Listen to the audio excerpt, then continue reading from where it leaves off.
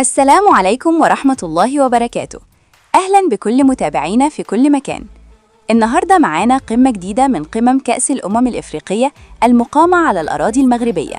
مواجهة قوية بتجمع بين منتخب المغرب ومنتخب زامبيا في ختام منافسات الجولة الثالثة من دور المجموعات.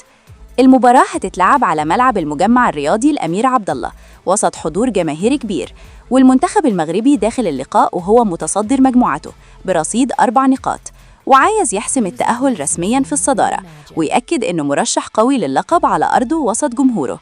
في المقابل منتخب زامبيا داخل المباراة بطموح مشروع، لأنه في المركز الثالث برصيد 2 نقطة ومحتاج نتيجة إيجابية تضمن له التأهل لدور ال16، وده بيخلي اللقاء صعب ومفتوح على كل الاحتمالات. داتا المباراة: الاثنين 29 ديسمبر 2025.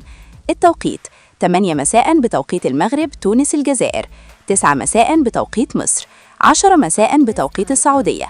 القنوات الناقلة: المباراة منقولة حصرياً عبر شبكة BN Sports وتحديداً على قناة BN Max 1. قمة منتظرة، صراع على التأهل، وأجواء إفريقية خالصة. مين هيحسمها في الآخر؟ ده اللي هنعرفه مع صفرة النهاية. ما تنسوش اللايك والاشتراك في القناة وتفعيل الجرس عشان يوصلكم كل جديد.